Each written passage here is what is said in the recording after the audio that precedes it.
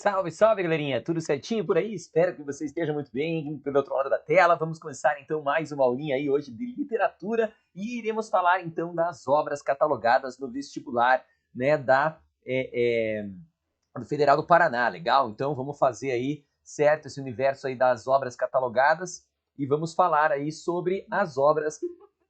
Fala, Vani, e aí, tudo certinho? A Maria Eduarda está tentando entrar no vídeo, vou tentar entrar para ver se eu consigo. Agora sim, agora deu certo. Tá bom, beleza. Só para saber, para cá foi, para eu Opa, vamos lá, vamos começar aí mais uma aulinha. Tudo bem aí, Vani? tudo bem, tudo Tudo de bem. boa? Obrigada. Valeu, obrigado eu, imagine. Tamo junto. Deixa eu só aceitar aqui a Duda que vai entrar também. Pronto, tá aí, ó. Tem a Clarinha que tá entrando aqui também. Aí, ó. Beleza. Então é isso aí, meninas. Vamos começar aí mais uma aulinha, certo? De literatura nessa tarde de hoje, na verdade. Vamos falar aí sobre as obras literárias do vestibular da Federal do Paraná. Essa aula ficará gravada, tá certo? Se você, enfim, aí quiser assistir novamente, né? Quiser ter aí acesso ou de uma outra forma a esses elementos, fique totalmente à vontade aí, tá legal? Para assistir aí quantas vezes desejar e quiser. Belezinha? Legal? Bom, na aula de hoje aí, você sabe, a gente vai falar das obras literárias da Federal do Paraná, certo? Nós temos ao todo 8 obras catalogadas, então iremos falar em cada uma das aulas sempre de 2 obras, tá legal? Na aula de hoje eu falarei então das obras, digamos assim, iniciais, né, do período literário ali, do arcadismo, do romantismo, o Uruguai e Últimos Cantos, tá bom? E assim sucessivamente a gente vai abordando então cada uma das aulas aí, sempre 2 obras literárias, beleza? Vou jogar um slide aqui, você vai ter acesso também a esse slidezinho, a resumos de cada uma das obras, bem como também a exercícios, testes aí, certo? De cada um desses livros super importantes, a fim de que você possa, então, né, entender certinho como é que funcionam esses elementos e, claro, também, né, estar aí associado aí a esses resumos e saber certinho como eles funcionam, né? De que maneira a Federal do Paraná pede aí cada uma dessas paradinhas dentro da sua famigerada prova, tudo bem? Bom, nesse contexto, então, o que é importante? Olha só, que você leia as obras, claro, também. É super importante ler os livros de literatura da Federal do Paraná. Mas, assim, mais importante do que isso é entender a estrutura, as caracterizações e etc. Beleza? Então, eu vou jogar aqui para você o slidezinho, tá legal? E se você tiver alguma dúvida, qualquer, né, enfim, aí, pergunta que você porventura venha a ter, fique mais do que à vontade para questionar-me aí a qualquer momento, tá legal? Você pode abrir aí o chat ou depois fazer aí uma perguntinha, tá legal? Né, mais pra frente, belezinha? O tempo da aula ali vai ser de mais ou menos 1h30 e provavelmente então esse link vai acabar ali, mas quando acabar o linkzinho aqui do Google Meet, certo? Ali um pouquinho mais pra frente, a gente troca uma ideia, tá legal? E eu passo para você né, mais outro linkzinho, tá bom? Para você poder entrar aqui e continuar assistindo a aula ao vivo aí. Mas, então bora lá, né? Vamos falar aqui, certo, da parte literária aí, né, enfim, dos resumos, belezinha? Então bora! Bom, olha só, hoje, como eu disse a você, a gente vai falar aqui do arcadismo e do romantismo também, né? Vamos trocar uma ideia então, galerinha, primeiramente sobre isso aqui, ó. Como é, né, ou quais são, melhor dizendo aí, as obras catalogadas no vestibular da Federal do Paraná. Aqui é um Ctrl+C, Ctrl+V ali da listinha de obras catalogadas na Federal, que estão disponibilizadas no site lá do núcleo de concursos dessa banca, né? E eles colocam aqui, então, 8 obras numa ordem aqui que não segue nada, na realidade, né? Sem nenhuma ordem cronológica das obras que estão colocadas ali. Bom, temos aí o livro Casa de Pensão, certo? Do Aloysio Azevedo, que é um romance do período literário do naturalismo. Temos o livro Morte e Vida Severina, galera, que é uma peça teatral legal da terceira geração modernista, publicada pelo João Cabral de Melo Neto lá em 1956. Temos o romance Nove Noites, que é um romance da literatura chamada de moderna ou contemporânea, pós-moderna ou contemporânea, beleza? Esse livro foi publicado no ano de 2005 pela primeira vez, e é um romance bem legal, não sei se você já leu aí, bem bacana. Temos o livro que entrou este ano, né? Esse livro da Ana Martins Marques, que é uma poetisa brasileira viva ainda, assim como Bernardo Carvalho, ela é da pós-modernidade, certo? A literatura contemporânea também, né? Esse livro aí é bem recente, foi publicado, né, mais pra frente e tal, e é um livro de poesias, beleza? Temos também o livro O Uruguai, que eu falarei hoje com você aqui, certo? O livro também que entrou na lista de obras catalogadas na Federal este ano, chamado Quarto de Despejo, Diário de uma Favelada, da Carolina Maria de Jesus, certo? Que é um diário, né? É um livro que conta a história dela mesmo, né? Enfim, ali, ela mesma que escreve a obra, Carolina Maria de Jesus, e é uma obra excelente, excepcional, assim, fora, né? Um ponto fora da curva, bacana, muito legal também, bem bacaninha aí a obra. Continuamos tendo aí o livro de contos Sagarana, do João Guimarães Rosa, e o livro Últimos Cantos, do Gonçalves Dias, assim como o livro das Semelhanças, assim como Morte e Vida Severina, é um livro de poesias também, tá legal? O Últimos Cantos, claro, pertence ao período literário do Romantismo, e o Sagarana pertence ao período literário da terceira geração modernista, assim como João Cabral de Melo Neto, belezinha?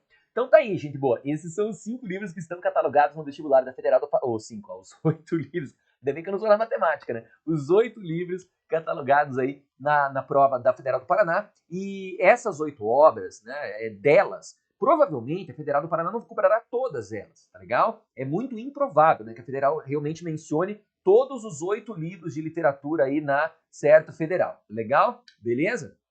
Deixa eu ver o que a Ana perguntou aqui. Deixa eu ver aqui de novo. Aqui, ó, vou colocar aqui na tela. Prof, teria como colocar em tela cheia? Não sei se é só para mim. Está bem pequenininho. Tenta colocar o teu ali que você consegue colocar em tela cheia aqui, ó. Você aperta geralmente nessa, né, duas vezes aqui, né, no negocinho, ele vai ficar assim em tela cheia ali. Legal? Ajusta o layoutzinho que você consegue. Beleza? Na própria Google Meet aqui. Legalzinho? Ó, você vai apertar nessa paradinha ali, daí ele vai, né, ficar em tela cheia. Beleza, Clara? Me diz aí se você consegue aí, e aí você já me dá um grito aí, legal? Mas geralmente você aperta nesse fixar aqui, ó, tá legal? Aí ele vai ficar fixadinho, ele vai ficar grandão. Se não der certo, você vai ali nos elementozinhos né, de layout ali, você vai conseguir. Deu certo? Imagina, querida, que isso, fica totalmente à vontade, não precisa pedir desculpas. Bom, gente boa, eis aí, né, os 8 livros. A Federal não cobra há muito tempo já o livro Últimos Cantos. No ano passado, na realidade, ela cobrou, né, na última prova, só que cobrou junto com Morte e Vida Severina. Então já faz um certo tempo que não cai uma questão somente sobre Últimos Cantos. Pode ser que esse ano, né, o livro caia. Sagarana é um livro super comum, quase sempre cai, é bem provável que caia também. Como entrou esse ano, Quarto de Despejo, claro que eu acho que vai aparecer. O Uruguai, justamente porque já veio sendo cobrado muitas vezes, eu acho que vai acabar não aparecendo. O livro das semelhanças, como entrou esse ano também, a chance de cair é 101%, né? 9 Noites, do Bernardo Carvalho, eu acredito assim, já faz um certo tempo também que eles cobram muito frequentemente. Pode ser que não cobrem, entendeu? Justamente porque já vem caindo com uma frequência grande. Morte e Vida Severina já caiu no ano passado também. Casa de Pensão, assim como acontece, né, com Últimos Cantos, já umas certas provas aí que eles não cobram, pode ser que apareça. Então, assim, a gente não faz ideia, né, de qual livro vai estar presente ou não, por isso é super importante que você estude todas as obras, legal? Dito isso, como é que é o estilo da banca? Ó? Como é que a Federal do Paraná efetivamente vai cobrar de você, né, meu querido e minha querida, as questões, tá legal? Olha só, cada questão de literatura está sempre ligada de maneira direta ou indireta, é claro, às leituras obrigatórias, ou seja, eles não vão cobrar outra coisa que não sejam os livros. Segundo, a grande maioria das questões cobra o texto literário, né, na questão da interpretação de trechos. Legal? Então esse é o elemento mais recorrente. A Federal traz um trechinho de um poema, um trechinho de um conto, um trechinho do que quer que seja e pede para que você interprete aquele elemento. Legal? Às vezes, caem também questões com contextualização histórica, isso é, aquela famosa questão da Federal, analisa as afirmativas abaixo. Né? A Federal adora esse tipo de questão. Aí tem lá afirmativa 1, afirmativa 2, 3 e tal, e aí você vai dizer quais estão certas. E dentro delas, geralmente caem elementos ligados à história. História mesmo, sabe? Não a história, o enredo do livro. Assim, por exemplo, o livro O Uruguai, ele está associado à ideologia iluminista, né? Ele foi escrito lá em 1700 bolinha. Então, assim, isso é algo que a Federal gosta de fazer também. Mas, principalmente mesmo, eles gostam de relacionar a obra literária ali, ó, com as características do escritor ou da escritora, né? Então, por exemplo, se você pegar o Gonçalves Dias, você tem lá características românticas na sua obra, tá ligado? Né? Se você tem aí, por exemplo, eu não sei, a Carolina Maria de Jesus, ela era uma escritora que escreveu a sua obra no início ali da década de 60, final da década de 50. Então, é óbvio, ela vai estar muito associada, muito vinculada a essa realidade, a esse contexto histórico, certo? É muito comum a Federal pedir esse tipo de coisa, certo?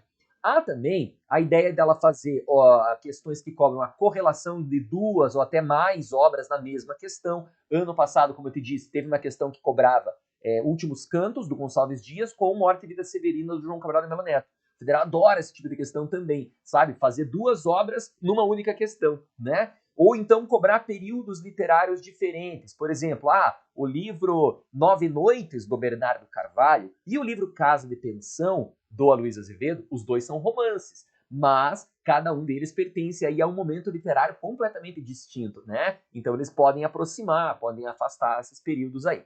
Bom, no geral, então, o que aparece, né? A leitura obrigatória, certo? Indiretamente e diretamente, legal? Certo? Conteúdos diversificados, ou seja, mais de um assunto ali por questão, e algum conceito, alguma caracterização da obra, certo? Estão aí as percentuais de cada uma dessas questões aí, belezinha? O que vai cair de fato é quase sempre a mesma coisa. Vai ter uma questão que vai ter um trecho de um livro, vai ter uma questão que vai pedir para você assinar afirmativas, provavelmente vai ter uma questão que vai comparar dois ou até mais livros, certo? E vai ter uma ou duas questões bem específicas, tipo, considere o conto X do Guimarães Rosa, né? Considere o poema Y lá da Ana Martins Marques, entende? Considere alguma coisa bem específica, portanto, e, claro, a questão em cima disso. Legal? Essa é a média, galera. É assim que a prova de literatura acontecerá. Tranquilão? Bom, dito isso, vamos falar dos livros, certo? Vamos começar então aí pela famigeradíssima obra O Uruguai, do grande escritor que foi o Basílio da Gama. Olha só, esse livro foi publicado pela primeira vez em 1756, tá legal? E pertence, portanto, ao período literário do arcadismo, né, galera? Arcadismo, que é um período literário, você lembra, que acontece no Brasil entre os anos de 1768 e 1820 e 1836, beleza? 1768, 1836. Bacana? Bom, esse livro, galera, ele foi escrito por um cara chamado José Basílio da Gama. Esse maluco tá aqui embaixo de mim, ó.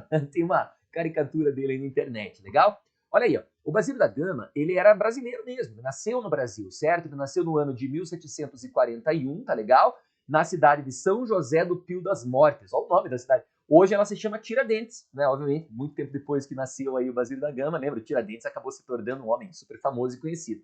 Então, esse livro ele é escrito não apenas por um autor brasileiro, mas mais do que isso, é uma obra literária que tem a ver muito com a realidade, certo, do nosso país, né? O que aconteceu efetivamente no nosso país, tá bom? O Basílio da Gama, gente, ele teve uma formação jesuítica, então ele estudou aqui no Brasil para ser jesuíta, se muda para Portugal lá na década de 60, ali, 70 do século XVIII, né? Ele vai estudar lá em Portugal e tal, e ele vai então ser acusado lá em Portugal de ter ligações políticas, né, com o grupo dos jesuítas, grupo esse que era super mal visto pelo primeiro-ministro português da época, cujo nome era Marquês de Pombal. Legal? O Marquês de Pombal não gostava dos jesuítas. E aí, sabe aquela velha história de você estar no lugar errado na hora errada? Pois é isso que aconteceu com o pobre coitado Basílio da Gama. Então ele vai ser preso em Portugal e vai ser degredado, ou seja, vai ser exilado, vai ser expulso de Portugal e vai ser enviado para Angola, que era uma colônia de Portugal na África, né? Ele fica lá então fazendo trabalhos forçados e não sei o quê, coitado assim do Basílio da Gama, né? Mas ele soube, né, que a sobrinha, perdão, do Marquês de Pombal, ela iria se casar. A filha do Marquês de Pombal iria se casar. E ele escreve para ela um epitalâmio. O que é epitalâmio? Epitalâmio é um poema nupcial, assim, sabe? É um poema que você escreve quando alguém se casa, quando alguém vai entrar na lua de mel, sabe? Essa coisa assim. E aí o Basílio da Gama escreve esse poema, e é um poema lindo, assim, bonito e tal. Obviamente ele pede, né, ali, súplicas para enviar esse poema para a filha do Marquês de Pombal e enviam, né? Ele era um padre jesuíta que tinha um certo conhecimento ali, a galera gostava dele, tá ligado? A galera conhecia o Basílio da Gama. E essa homenagem deu tão certo que o Marquês de Pombal mandou chamar o Basílio da Gama, ou seja, ele se livra do exílio porque ele é escritor. Olha que beleza, galera, saber escrever aí tem as suas vantagens.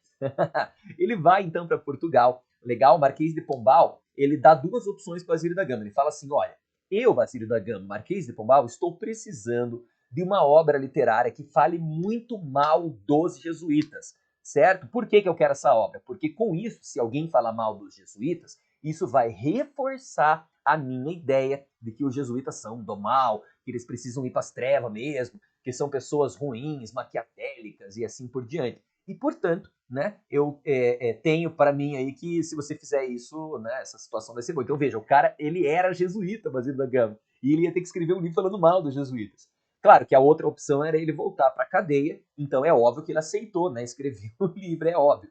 E nesse livro, galera, ele vai puxar o saco do Marquês de Pombal, vai bajular o Marquês de Pombal. Por quê? Porque convenhamos, né, gente? O cara libertou ele da cadeia, entendeu? Então vai ter uma dedicatória por Marquês de Pombal, sabe? Marquês de Pombal vai ser visto como um cara fodão ali, entendeu? Essa vai.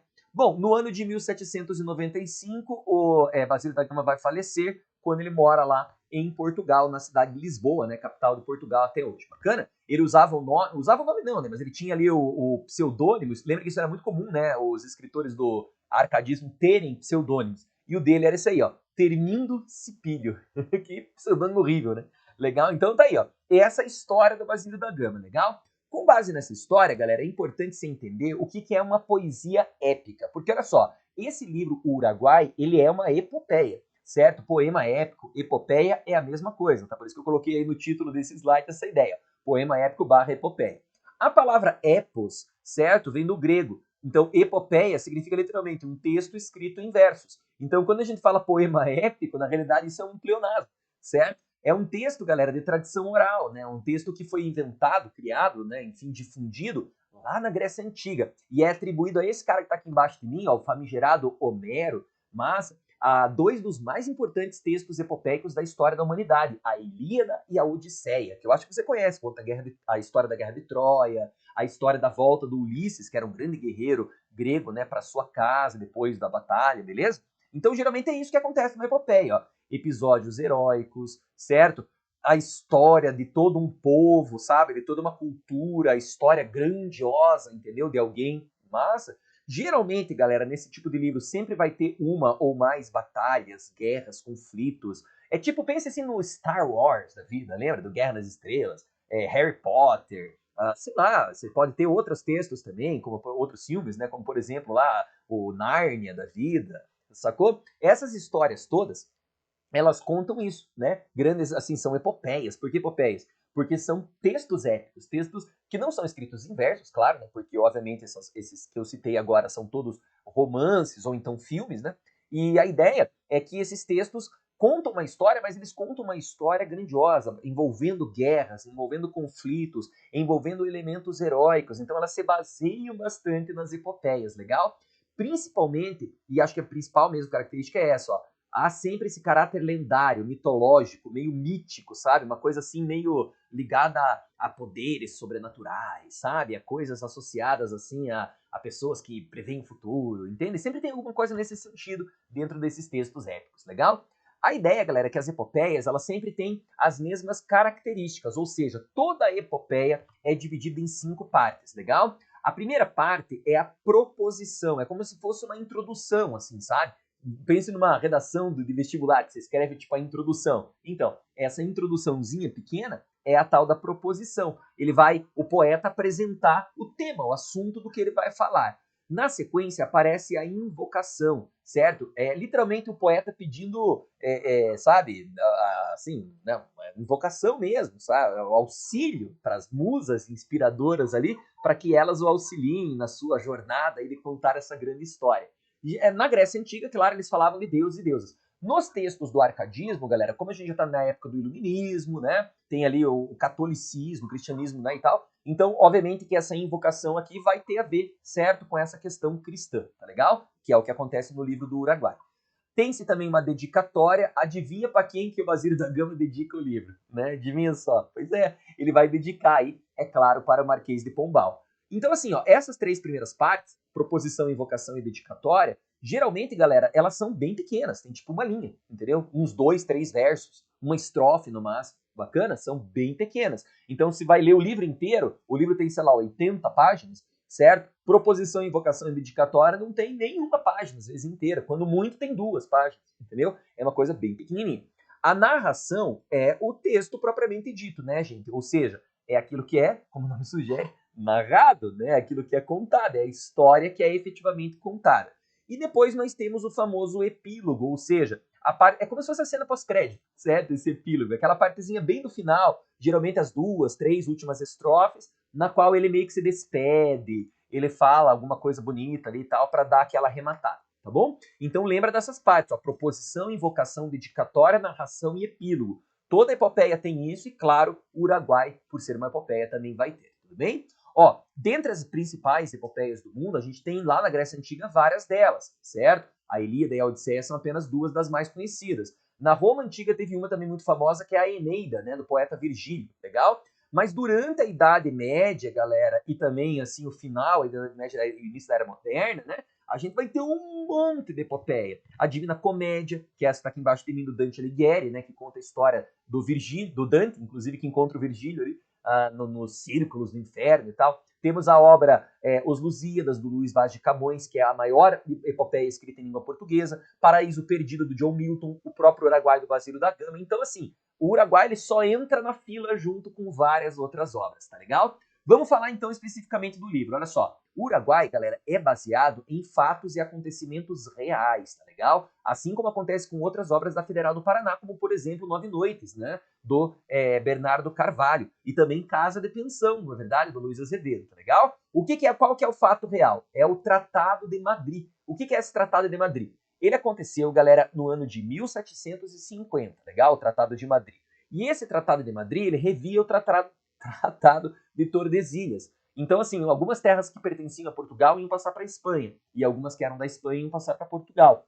Uma dessas terras que era da Espanha e ia passar para Portugal chamava-se Sete Povos das Missões, e fica hoje onde é o país Uruguai, na divisa ali do Uruguai com o Rio Grande do Sul, sabe? Né? Então, assim, ó, muita gente ali naquela região estava insatisfeita, não queria passar, digamos assim, a ser agora português, entendeu? As pessoas queriam continuar sendo espanholas, né? Elas falavam espanhol, inclusive. E, claro, elas não aceitaram esse acordo. Inclusive, muitos padres jesuítas influenciaram índios a saírem no soco aí mesmo, né, na porrada, guerra mesmo com os portugueses. E isso aconteceu de verdade, galera. É claro, obviamente, não foi uma guerra muito duradoura, ela durou apenas 3 anos. Claro, quando a gente diz apenas, né, imagina, 3 anos de guerra é coisa pra caramba. O nome dessa guerra ficou conhecido como Guerra Guaranítica, tá legal? E muitos índios e padres jesuítas morreram nessa batalha. Depois de 1756, por causa do Marquês de Pombal, né, o que acabou acontecendo? O Marquês de Pombal, então, foi aos pouquinhos extinguindo as famosas missões jesuíticas, reduções jesuíticas, né, que eram aquelas localidades que os jesuítas fundavam, era como se fossem vilas, né, fundadas aí pelos jesuítas. Mas, então, ó, esse livro é baseado nesse grande fato real. Com base nisso, o que acontece? Esse livro, galera, ó, isso é super importante, ele não vai seguir o modelo camoniano. O que significa modelo camoniano? O Luís Vaz de Camões escreveu no ano de 1580 o livro Os Lusíadas, legal? E esse livro, galera, ele meio que é a base para toda a epopeia escrita em língua portuguesa. No livro Os Lusíadas, nós temos 10 capítulos. A gente chama de cantos, né? 10 cantos. Só que no livro Uruguai só tem 5 cantos. Né? No livro Os Lusíadas, cada versinho, cada linhazinha do poema tem 10 sílabas poéticas, certo? Esse livro aqui, no Uruguai, ele vai ter sílabas poéticas variadas. Lá no livro Os Lusíadas, a gente tem a 8ª rima, ou seja, a rima sempre segue igual, A, B, A, B, A, B, C, C. Aqui não tem rimas, certo? Então o Uruguai, ele não segue o modelo do Camões, tá legal? Por quê? Porque o cara tinha tempo, entendeu? Para escrever o livro. E além disso, lembra que eu te falei, ó, essa é uma obra que bajula o poder, até porque o Basílio da Gama, ele tinha saído da prisão e tal por causa do Marquês de Pombal. Mas essa é uma obra, isso é super importante, que de certa maneira, galera, antecipa a questão do nativismo, a questão do indianismo na literatura brasileira, certo? E isso é super importante, ó, porque essa questão nativista, falar do Brasil enquanto um país que tem as suas próprias raízes e tal, é algo que vai acontecer só depois da nossa independência em 1822. Mas esse livro que a gente está falando agora foi publicado em 1786, né? Então, assim, cara, como assim é que esse livro já está antecipando essas características, entendeu? Era uma coisa que estava à frente do tempo naquela época, legal? O índio nesse livro, moçada, é visto como um índio valoroso, entendeu? E os padres jesuítas, eles são caricaturizados, ou seja, eles são vistos como os vilões da história, legal? Eles são vistos como personagens do mal, legal? Essa é a estrutura aí do livro. Nessa ideia, ó, a obra é organizada da seguinte forma. A gente vai ter o principal personagem, o nome dele é General Gomes Freire de Andrade. Esse cara, o General Gomes Freire de Andrade, ele existiu na vida real, legal? Ele era um general lá de Portugal. E ele vai estar acompanhado de um homem chamado Catânio, certo? Que era um general espanhol. Eles são enviados para o Brasil para irem até a região de Sete Povos das Missões, que ficava bem no sul do Brasil lá, né? Para expulsar de lá quem não quisesse aceitar o Tratado de Madrid, entendeu? O livro, como eu te disse, galera, tem 5 cantos, ou seja, 5 capítulos. E o vilão da história, arquetípico, né? Ou seja, aquele vilão bem clássico, assim, tá ligado? Aquele vilão que quer poder acima de tudo e tal, chama-se Padre Balda. Ou seja, o vilão da história é um padre jesuíta, legal? Existe no livro um caráter épico. Como assim épico? É uma epopeia. Alguma coisa grandiosa vai acontecer. E no caso vai ser a morte da índia Lindóia. Legal? Que é a protagonista junto com o seu marido Cacambo. Beleza, galera? O Cacambo e a Lindóia, né, são aí os protagonistas, tá bom? Dessa história. Beleza? Bom, o que acontece no livro? Ó, em linhas gerais, antes de eu contar para você o enredo, em cada um dos 5 cantos ali, os espanhóis, junto com os portugueses, são enviados para o Brasil para irem até Sete Povos das Missões e expulsarem de lá as pessoas que não queriam aceitar o Tratado de Madrid. Eles já sabiam, é claro, que os jesuítas estavam incentivando os índios a lutarem. Galera, tinha muito índio nessa época, nessa região de Sete Povos das Missões. Mais ou menos entre 20 e 50 mil índios. Imagine, era muita gente. E claro, obviamente não tinha tanta gente assim no exército de Portugal. O exército devia ser formado por umas 10 mil, no máximo 12 mil pessoas. Só que lembre, os portugueses tinham cavalos, tinham armas de fogo, eles tinham snipers, sabres de luz, legal, eles tinham armas super tecnológicas. E os índios pobres coitados, eles não tinham nada disso. Então, é claro, não importa nesse caso o seu número, né? Importa o seu poder de fogo, digamos assim. Então é óbvio, né, gente? É claro que os portugueses / espanhóis venceram essa guerra, legal? A gente já sabe desse desfecho, tá legal? Mas a ideia é como a história é contada. Ó, o primeiro canto, então, vamos resumir cada um deles aqui. O primeiro canto ele é bem curto, sabe? Ele é bem pequenininho. É um canto que deve ter o quê? Umas 10 páginas, né? Acho que nem, depende da edição do livro que você compra, né? Mas deve ter umas 10, 15 páginas no máximo, talvez nem isso. Então, esse canto, ele começa quando a gente chama aqui, ó, numa expressão técnica, in media res, que em latim significa no meio da ação. Veja, o Catânio, que é o general espanhol, e o Gomes Freire de Andrade, que é o general português, eles literalmente estão no meio de um campo de batalha com um monte de índio morto, muitos índios feridos, certo? Então, eles estão ali, tipo, meio que criticando, não os índios, mas os padres jesuítas. Eles estão falando, olha como esses padres são oportunistas, mandaram os pobres coitados índios lutar aqui, eles morreram, né? Esses índios são fortes, são bravos. Se liga aí, ó, certo? O cara tá exaltando os índios, legal? E eles falam, né, que os índios, infelizmente, lutaram por nada, né? Porque, no fim das contas, eles não conseguiram vencer a batalha, beleza? Né? Então, não adiantou muita coisa o que eles fizeram, certo? E, além disso, né, fala-se de uma grande enchente que acontece ali e tal, que impede que os portugueses continuem atrás dos índios que fugiram da batalha, né? É uma região de pântano ali, sabe, alagada, e aí ela alagou, né? Ela encheu, teve uma enchente zona, choveu muito, e os índios que estavam, digamos, de um lado conseguiram fugir, né? E os que estavam do outro, infelizmente, foram capturados, presos, mortos e tal.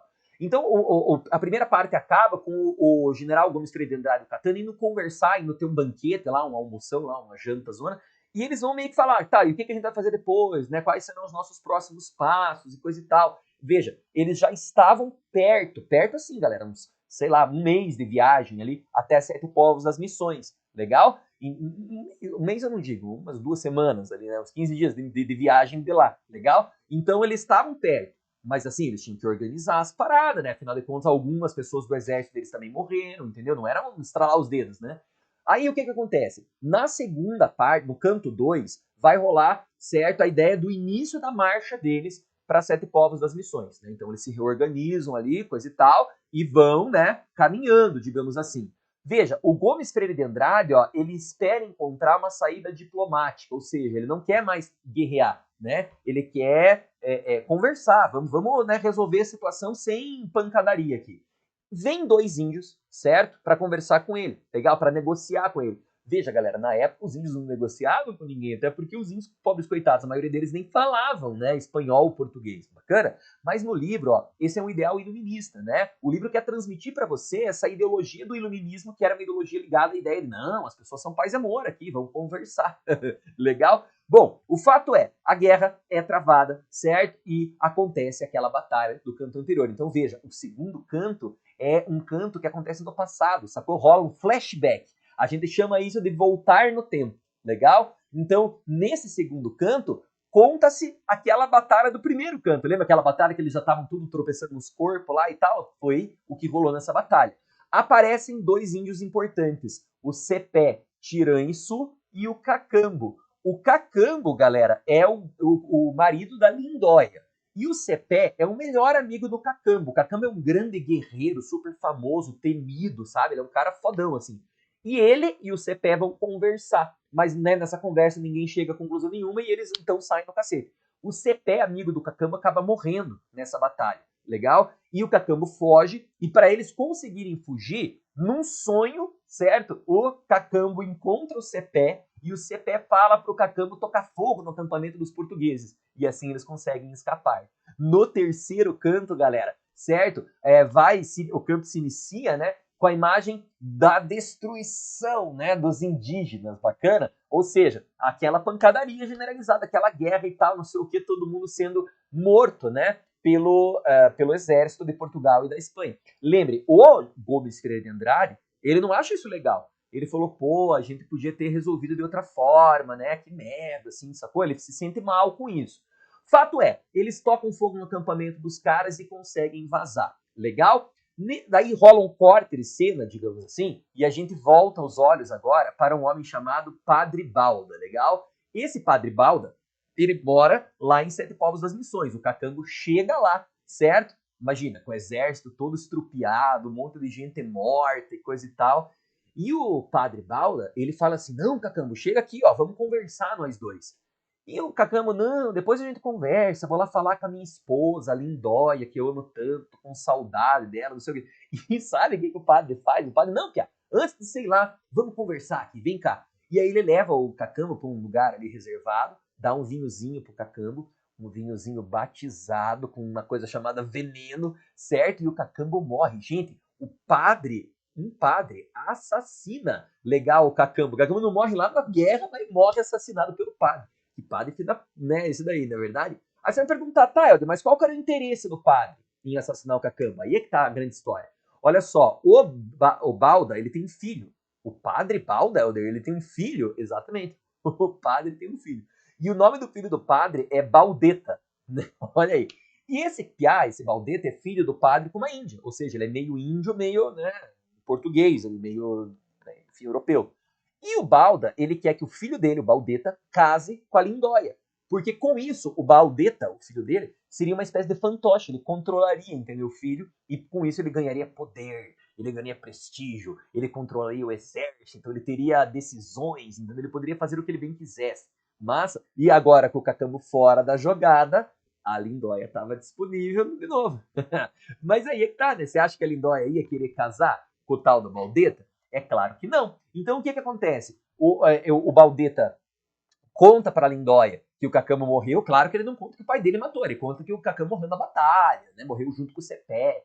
Imagina, a Lindóia, tadinha, fica né, na bad ali, pô, meu marido, não sei o que, coisa e tal. E aí, meu, o Balda entra na conversa e fala, minha filha, sabe aquela conversa de padre? Ó, quando Deus fecha uma porta, ele abre uma janela. Tá vendo? E meio que empurra pra cima da Lindóia, que foi da mãe, ó, a tal o tal do Baldeta, do tipo, não, filha, olha, não fica assim, o Baldeta tá aqui, ele vai cuidar de você, sabe? Seria bom até se vocês se casassem, né, e tal, assim, até pra você esquecer. Veja, galera, nessa época, lembre, assim, a mulher, ela não podia ficar solteira, ela tinha que se casar, legal? Obrigatoriamente, tinha que se casar, ainda mais a Lindóia, que era uma mulher super importante dentro da tribo ali, sacou? Então ela precisava se casar, certo? E aí, claro, ele tava empurrando o Baldeta pra cima dela. Ela não queria se casar, ela foge dali, ela fica, né? Não é que ela foge, ela tá tadinha, imagina, o marido dela morreu. E ela vai procurar, então, uma feiticeira, uma mulher que mexe com os Paranauê ali e tal, chamada, olha o nome dela, Tanajura. O nome da Índia é fenomenal, né? Tanajura. A Tanajura, galera, é uma índia que vê o futuro da Lindóia. E o futuro da Lindóia, meu Deus, se o presente era ruim, o futuro era desgraçado. Ela mostra pra Lindóia, certo, que Portugal vai ser destruído por um terremoto. Ó, lembra, galera, a guerra que tá rolando aqui aconteceu entre 1753 e 1756. Um grande terremoto destruiu Lisboa no ano de 1755. Legal? Então, a Tanajura está, digamos assim, prevendo que um grande terremoto vai acontecer. Né? Legal isso. E aí ela diz, né, que a Lindóia, infelizmente, não vai, né, conseguir se dar bem na vida. Legal que os jesuítas vão perder a batalha, né, que os índios vão ser escravizados e blá, blá, blá. Então a Lindóia pensa, pô, eu perdi meu marido, vai tudo dar errado, vai ser uma desgraça completa. Então quer saber também, não quero mais viver. Aí ela sai dali, ó, né, da casa da Tanajura, ela senta numa clareira, assim, tem uma cobra vindo em direção a ela. E ela olha a cobra, ela é uma índia, ela conhece as cobras, ela conhece os animais da floresta, ela sabe que aquela cobra é uma cobra venenosa. Mas ela não faz nada para espantar a cobra. E a cobra acaba se enrolando no calcanhar dela e mordendo a Lindóia. Legal? E é claro, o que você acha que vai acontecer, né? É uma cobra venenosa, cara. Então, assim, ó, a ideia pode ser resumida aqui nessas imagens bem legais. A Lindóia aqui, né, enfim, abraçando o Cacama e Baldeta ali, puxando a Lindóia para longe. Certo? Aqui na sala de aula, olha ali, ó. Certo? Olha lá, seu filho não vai se casar com a Lindóia. Esse aqui que tá recebendo papelzinho, né? É o Balda, provavelmente. Olha só, quando o Balda mata o Cacambo, né? Aparece aqui, ó, a cara do sapinho ali, né? Enfim, lá dos Muppets ali, falando, mas olha só a audácia desse lazarento. Então a ideia, gente, é que até aqui a história mostra que os índios, ó, só se dão mal, né? Só se ferram mesmo. Aí, claro, vem o quarto canto, certo? Que é quase sempre aquela ideia lá de baixo. A culpa é dos jesuítas sempre, certo? E o Balda falando, ô, calma lá. Então, assim, volta, lembra do corte da cena? Então, aí no canto 4 a cena volta lá pro general Gomes Freire de Andrade, né? Então ele tá indo com o cavalinho dele e tal em direção a Sete Povos das Missões, beleza? No canto 4 fica alternando assim, ó, uma hora do general, outra hora fala do Balda. Uma hora do general, outra hora da Lindóia, sabe? Daí a coisa vai se aproximando, assim, tá ligado? Até que as duas se encontram. Legal a técnica, né, dele. Ele vai meio que aproximando, assim, os dois. Bom, o fato é, nesse canto 4, o Baldeta, certo? O Baldeta, desculpa, o Balda, né? O padre Balda, juntamente com o pai da Lindóia, que é um pajé lá, um cara fodão da tribo, eles meio que acertam o casamento dela com o Baldeta. Então o Balda prepara tipo um desfile militar ali, sabe? Uma coisa pra, né, comemorar o casamento dos dois, legal? O irmão da Lindóia, chamado Caititu, sai pra procurar a Lindóia, porque a Lindóia já tinha saído, já, porra, tinha um tempão, assim, né? Sei lá, ela saiu de manhã e isso já era, não sei, quase de noite. E ele vai vai procurar, encontra ela caída, lembra, né, que ela foi picada pela cobra, numa pedra, assim, e tal, ela tá, tipo, desmaiada. Ele vê, o Caititu, irmão da Lindóia, ele vê a cobra enrolada no calcanhar dela, ele atira uma flecha no calcanhar, né, da Lindóia, acerta a cobra, é claro, mata a cobra, mas, obviamente, já era tarde demais, ela já tinha morrido. Então ele pega ela no colo, certo? E leva lá para Sete Povos das Missões, ali para a cidadezinha, né? E aí o padre Balda vê aquilo e fala, puta merda, meus planos, né? Que merda, olha, tudo meus planos deu tudo errado, lazarento, não sei o quê. Quem que matou essa mulher, né? Ele pergunta pro irmão dela, pro Caititu. E o Caititu fala, não, eu encontrei ela na floresta lá, tinha uma cobra e tal, na perna dela, não sei o quê. E aí o padre Balda fala, tá, mas ela morreu desse jeito aí? Foi assim que aconteceu a situação e tal? Onde que ela tava? Ah, ela estava perto da casa da Tanajura. Olha aí, ó. Ah, Tanajura é a culpada. Daí, claro, né? Alguém tem que ser culpado. A culpa é minha, bota ele que eu quiser, entendeu? O Balda pensou assim. E aí ele pega a Tanajura, fala que ela é uma feiticeira, que ela tem pacto com o bicho ruim, entendeu? Ele vai, galera, queimar ela numa fogueira, você bota fé? Ó, perceba, a gente tem aqui uma característica muito tradicional do romantismo, né? A idealização da morte. Legal? A morte idealizada da Lindóia. A Lindóia morre como uma heroína, certo? Ela morre de tristeza, né? Ela morre porque ela se deixa morrer, entendeu? Não tem mais nenhum motivo para ela continuar viva, então ela prefere a morte do que continuar morta na vida. Legal, né? Isso aí é bem característica do romantismo. Vários textos do romantismo têm isso. Só que lembre, esse livro não é do romantismo. Esse livro que nós estamos falando agora aqui, o livro chamado Oranguai, moçada, ele é um romance, perdão, ele é uma epopeia, certo? Pertencente ao período literário do arcadismo, né? Bom, dito isso, o que acontece? Na hora que ele vai queimar lá a Tanajura na fogueira e coisa e tal, nesse momento, Gomes Freire de Andrade está entrando na cidade com seu exército gigantescamente grande. E aí, é claro, né? O Balda percebeu, vixe, deu ruim. O que ele faz, então? Ao invés de tocar fogo na Tanajura, ele manda que os índios toquem fogo, né? Enfim, ateiem fogo nas ocas, na cidade, certo? Para que os portugueses se preocupem em apagar o fogo e dê tempo para eles fugirem. certo? E é o que os índios fazem. Os índios tocam fogo, então, na cidade e fogem junto com Obalda.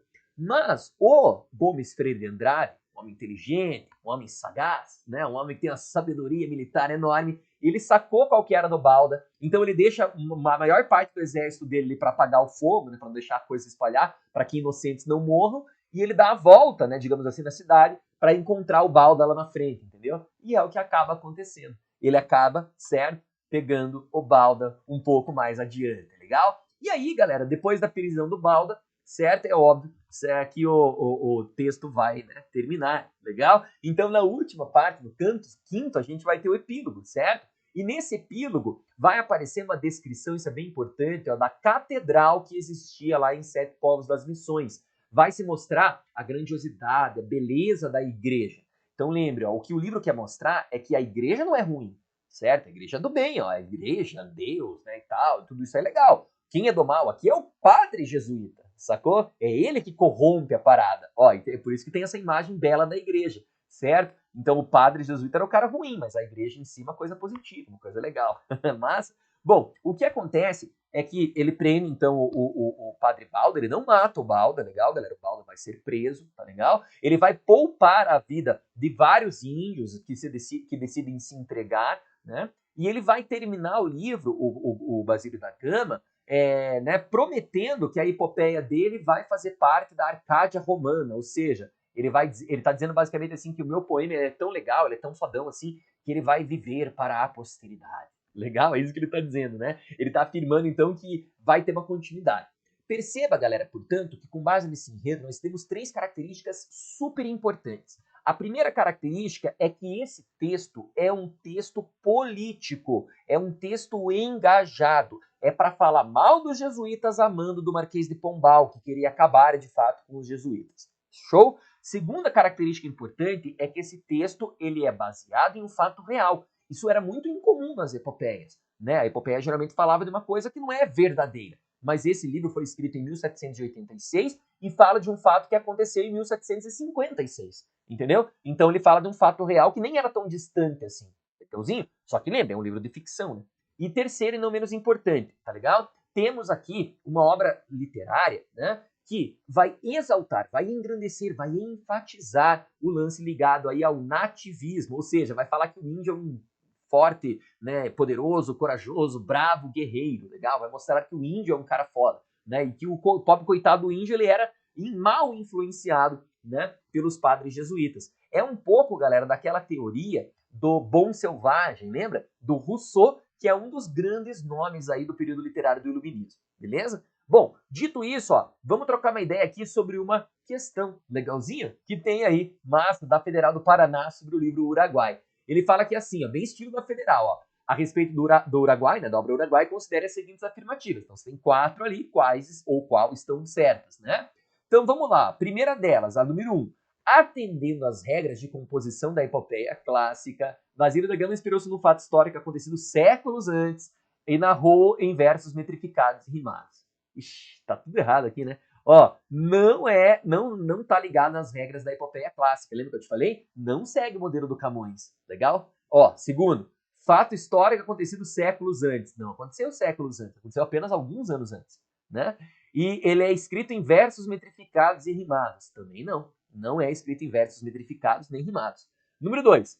Em vez de dar voz a um pastor, como é frequente na poesia do arcadismo, o poeta deu voz a líderes militares portugueses e aos indígenas que habitavam a região de Sete Povos das Missões. É exatamente o que acontece no livro, né, galera? O Gomes Freire de Andrade é um general português, não só ele que aparecem outros, é claro, né? Aparece o Cacambo, o Cepé, o Caititu, a Lindóia. Então, a número 2, ó, certinho, né? Descreveu o que a gente viu aí. A número 3, olha lá. Como elementos de nativismo, aparecem as personagens Cacambo, guerreiro capaz de argumentar sobre o direito dos povos indígenas à terra, e a feiticeira Tanajura, que representa o aspecto mítico da cultura desses povos. Ó, é o que eu acabei de falar para você também na aula, na verdade. Lembra no canto 2, né? É um resquício ainda ali do iluminismo, na verdade. Aquela ideia de que o Cepé e o Cacambo vão lá dialogar, legal, com os portugueses, né? Então, a número 3 também tá certo. A 4, ó. Abalada pela morte de Cacambo, e auxiliada por Tanajura, Lindóia tem um sonho no qual vê com detalhes a destruição dos 7 povos das missões em consequência da expulsão dos jesuítas do Brasil. Ó, o que está errado aqui é o seguinte, isso tudo não acontece num sonho, legal? Isso acontece, galera, numa, digamos assim, visão lá que a própria Tanajura tem e conta para a Lindóia, legal? É como se ela tivesse uns poder místico lá e mostrasse num caldeirão ali, sacou? O futuro acontecer, sabe? Aquelas coisas assim. Então não é um sonho que vai acontecer, legal, gente? É isso que tá errado nessa número 4. Então só estão certas a 2 e a 3 e, portanto, qual que é? Ali, ó, a letra C, ó. Ó, resposta aqui, somente as afirmativas 2 e 3 são verdadeiras. Essa daí, galera, foi uma questão na última prova, né, do último vestibular da Federal do Paraná. Viu que fácil? Se você conhece a história, você consegue marcar sem nenhum problema aí a resposta certa. Beleza? Tranquilo? Legal, né? Bem facinho, bem de boa, bem, né, enfim, aí acessível esse tipo de conteúdo ligado à obra O Uruguai do Basílio da Gama. Valeu? Lembre assim, ó, você precisa ler o livro? Sinceramente, sim, é sempre bom, né, que você leia, é sempre ideal, né? No mundo perfeito você leria todas as obras. Por outro lado, convenhamos, eu sei que você não tem muito tempo, tem aí uma série de outros fatores que interferem nisso também. Então, o que eu te aconselho a fazer? O livro Uruguai é muito importante que você conheça muito bem a história. Então, além de ler os slides aqui de novo que você vai ter acesso, né, a todos os elementozinhos ligados ali ao enredo, dá uma olhadinha no resuminho que eu vou te enviar, certo? Dê uma relida, certo, nesse resumo, dê uma assistida de novo nessa parte da aula para você gravar, para você internalizar bem o que acontece em cada um dos momentos da história, quem são os personagens e assim por diante. Show? E isso vai te ajudar enormemente aí a acertar as questões. Beleza? Legal? Maravilha, então. Alguma dúvida? Quer perguntar alguma coisa aí? Sossegado, de boa mesmo, perfeito, legal? Com certeza. A Maria Eduarda tinha perguntado aqui, vou disponibilizar esse exercício das obras? Vou sim, Duda, com certeza. A Clara tinha perguntado lá o que significava in media res. In media res significa no meio da ação. Significa literalmente que a coisa começa já no meio da ação. Beleza, Clara? Beleza também, Duda? Fechou aí, meninas? Legal. Se tiverem dúvidas, fiquem à vontade para perguntar, tudo bem?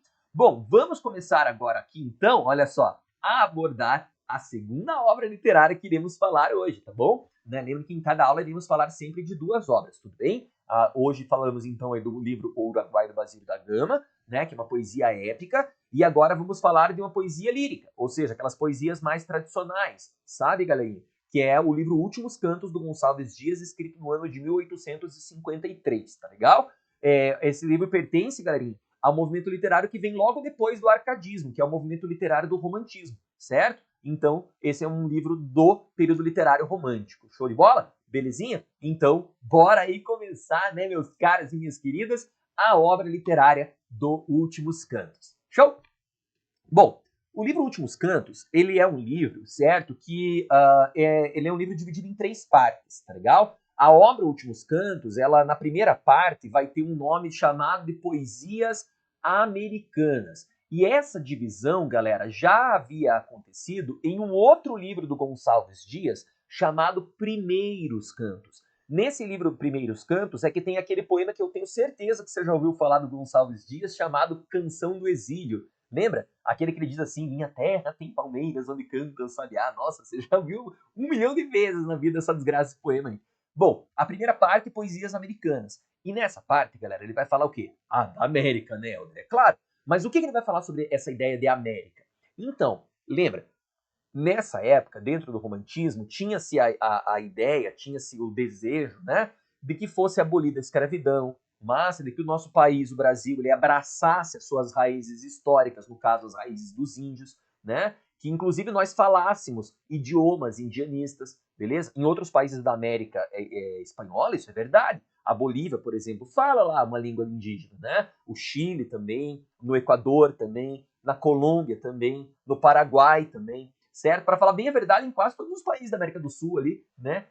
Se tem como línguas oficiais, é óbvio, o espanhol, né? Em todos os outros países, mas também, bacana, línguas indígenas. E isso era muito comum no século XIX, inclusive no Brasil, sabia? Então, quando ele fala de poesias americanas, ele não está falando só do Brasil, sabe? Ele está falando sobre o processo de exploração, de opressão, o processo de colonização, galera, que aconteceu em relação aos índios, tá legal? A segunda parte, essa primeira parte, só para terminar, ela é bem pequenininha, tá? Ela só tem 7 poemas. A segunda parte, galera, se chama Poesias Diversas. E essa parte, ela é enorme, ela tem 45 poemas. Imagine, 45, é enorme, um monte de poema. E como o nome deixa claro, diversas. Ou seja, vai falar de uma porrada de coisa. Não vai falar só do índio, não vai falar só da terra, do Brasil, da colonização, não é isso. Vai falar de uma porrada de outros assuntos, sem ser o assunto da primeira parte. E a última parte, galera, chama-se Hinos. Legal? A terceira parte, Hinos. E essa última parte só tem 2 poemas. E esses 2 poemas são poemas que a gente chama de laudatórios, ou seja, poemas que engrandecem, que exaltam o Brasil. Show? É isso que se tem aí, então, massa nesse livro. No livro, galera, é muito comum na primeira parte, na segunda também, tá? Mas mais comum na primeira parte, que existam elementos rítmicos, que exista musicalidade, que exista versificação, ou seja, existe uma preocupação estética do Gonçalves Dias, sabe? Ele quer que haja uma rima bonitinha entre as palavras, que exista ali um número X de sílabas poéticas em cada verso, ele se preocupa com a forma como os textos estão conectados. Tudo bem, gente? Isso é muito comum no livro de forma geral, mas na primeira parte, nossa, isso aparece em quase todos os poemas, tá legal? Como eu te disse aqui, na primeira parte tem 7 poemas nativistas, na segunda parte os temas são mais românticos. Como assim, Helder, mais românticos? São temas mais ligados a características do romantismo, sabe? Por exemplo, a idealização do amor, certo? A evasão, né? A ideia, por exemplo, de você exaltar o sentimentalismo, a subjetividade e assim por diante. Tranquilo, gente? De boa? Alguma dúvida até aqui? Sossegadão? Belezinha mesmo? Legalzinho? Show de bola? Legal? A Clarinha perguntou aqui, ó. A última pergunta é do Uruguai. O Cacamo morre literalmente envenenado pelo Padre Balda ou por outra pessoa amando do padre? Então, Clara, o Padre Balda, né, é que dá para ele o veneno, digamos assim, né? Mas é claro que o Balda sai de perto, entendeu? Para que outras pessoas não desconfiem dele, tudo bem? Certo? Mas quem mata é o próprio Padre Balda, é o Balda que é o assassino aí da história. Legal? É ele que vai fazer isso e, claro, ele ainda esconde esse fato da Lindóia, certo? Né? Ele esconde esse fato que ele, né, morreu ali, pertinho dela. Ele fala que não, ele já veio morto, entendeu? Então ele mente pra caramba ali pra tal da Lindóia. Tá bom, Clarinha, beleza? De boa? Gente, vou fazer o seguinte, ó, antes de continuar, eu vi ali que faltam alguns minutos apenas para a gente ter a continuação aqui na nossa aula e tal, então eu vou fazer o seguinte, vou dar uma pausa nesse slide aqui, ó, certo? Eu vou terminar esse link aqui, tá legal? E vou enviar outro link para vocês, beleza? Certo? Para que a gente não fique nessa do tipo, ai meu Deus, tá acabando, não vai acabar, ai meu Deus, quanto tempo tem, assim por diante, tá legal? Então eu já vou criar esse outro link aqui, tudo bem? E aí a gente já troca uma ideia, tá legal? Sobre ele, beleza? Bacana? Então deixa eu já criar o linkzinho aqui para vocês. Imagina, Clara, de boa, tranquilo. Né? A Duda até falou, né, que ela tá falando que a chamada já vai se encerrar ali, legal? Então, ó, eu já vou mandar aqui no próprio chat, galera. Então não saiam ainda aqui do chatzinho, ó. Eu já vou mandar outro link para vocês, tá legal? E aí vocês já clicam nesse link ali, tá legal? Que daí vocês já entram lá, obviamente, e nós, obviamente, também já continuamos a nossa aulinha, tá certo? Deixa eu só pegar aqui, ó, tô copiando o linkzinho e já vou enviar aqui para vocês no chat, tá legal? Pronto, aqui acho que deu certo. Deixa eu dar uma enviada aqui. Olha, vejam se vocês receberam aí, por favor. Só um confirma ali, dá um ok aqui no chat ali. Beleza? Eu coloquei aqui no chat ali o link para vocês. Receberam lá? Certinho? Ah, então beleza. Então eu vou fazer o seguinte, ó. Eu vou cancelar esse chat aqui agora, essa aulinha, essa sala, tá legal? E eu vou entrar nessa que eu acabei de passar aqui para vocês. Bacana? Tudo bem? Então, por favor, eu peço que vocês entrem nela agora lá para que a gente possa continuar falando do livro Últimos Cantos. Beleza? Então, bora lá.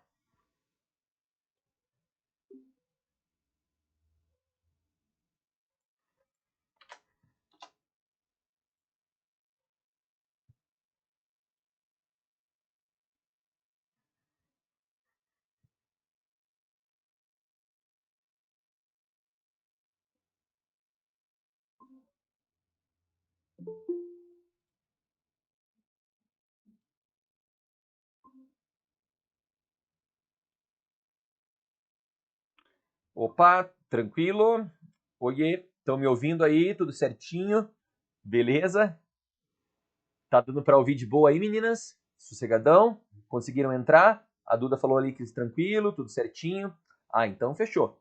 Então beleza, galera, ó, já criamos esse segundo link aqui, a Duda falou ali que tá certinho também, valeu, beleza, Eduardo também. Então beleza, meninas. Então, assim, eu já passei o segundo link aqui só para, né, não ficar ali naquela coisa de, vai começar, vai acabar, né? Senão fica uma desgraça.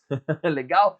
Vamos continuar aqui, então, o esquema, galerinha. Ó, vou voltar aqui do slide onde a gente estava, tudo bem? Estão vendo aí tranquilo, né? Belezinha, então. Então, vamos lá. Como eu tinha te dito, né? O livro é dividido em 3 partes, tá? Aspectos rítmicos, não sei o que, aquela caracterização geralzona aí, né? Do livro Últimos Cantos, beleza? Bom, bora falar, então, do livro em si, moçada. Olha só, o livro é, como eu te disse, dividido em 2 partes, certo? E na primeira parte, nós temos, né, a parte chamada de poesias americanas, tá legal? Olha aí, ó, existem, como vocês estão vendo aqui abaixo, 7 poemas nessa primeira parte. Gigante de Pedra, Leito de Folhas Verdes, Ijucapirama, Marabá, Canção do Tamoio, A Mangueira e Mãe d'Água, tá legal? Gente, por que é importante vocês lembrarem desses 7 poeminhas? Porque na história da Federal do Paraná com o livro Últimos Cantos, veja, abrindo um parênteses, a Federal do Paraná cobrou bem poucas vezes o livro Últimos Cantos, legal? Não cobrou muitas vezes, então eu acho bem pouco provável que caia. É claro, pouco provável não quer dizer impossível. De qualquer forma, nas vezes em que caiu, quase sempre a Federal focou nessa parte, na primeira parte. Legal? Então é bem provável que eles façam isso novamente. Tranquilo? Vamos falar então desses poeminhas da primeira parte.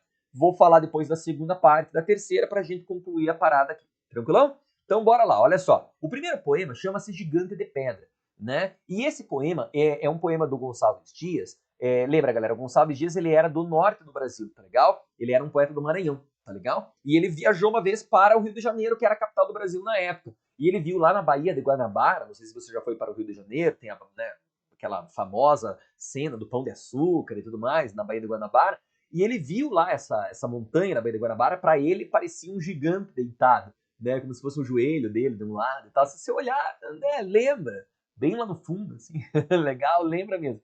E aí, então, ele fala que aquele gigante de pedra era um gigante mítico que protegia o Brasil e assim por diante, entendeu? É um poema, então, gente, de exaltação. Ó, ele diz assim, claro, aqui não tá o poema inteiro, eu peguei apenas uns trechinhos, né? Ele diz assim, ó: gigante orgulhoso, de fero semblante, num leito de pedra lá jaz a dormir. Em duro granito repousa o gigante que os raios somente puderam fundir. Dormindo atalaia no cerro empinado, devera cuidoso sanhudo velar. O raio passando deixou fulminado, e a aurora que surge não há de acordar.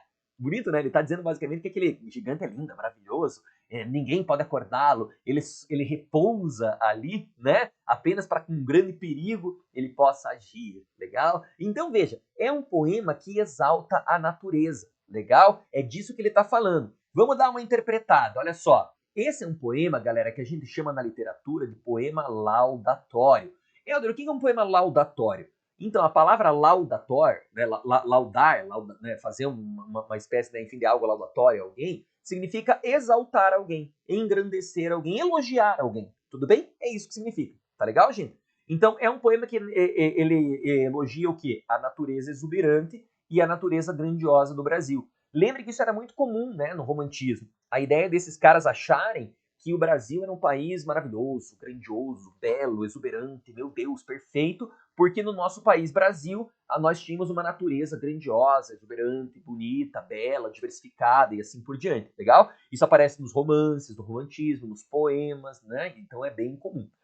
Você viu ali que a estrutura do poema é bem simples, bem direta, legal? Claro, obviamente, nós estamos no século XXI e esse poema, ele é um poema do século XIX, né, galera? É claro que ele é um poema complexo, né? Mas assim, ele é direto, ele fala, olha, a natureza é linda, esse gigante de pedra, ele é um gigante do nosso país, cara, é um gigante que nos protege, ele tá na capital do Brasil, porque se alguém vier invadir aqui, ele se levantará dos mares e, né, exterminará este mal. Você entende? Essa visão assim de achar, né, que a natureza do nosso país ela é grandiosa, ela é heróica, ela é maravilhosa, ela é, meu Deus, quase divina. Mas isso é muito comum dentro, certo, do romantismo. Então, esse lance da exaltação da natureza e do nacionalismo exacerbado, ó, são características muito comuns dentro do próprio período literário do famoso romantismo. E é exatamente isso, meu caro, minha querida, que aparece nesse poeminha aí.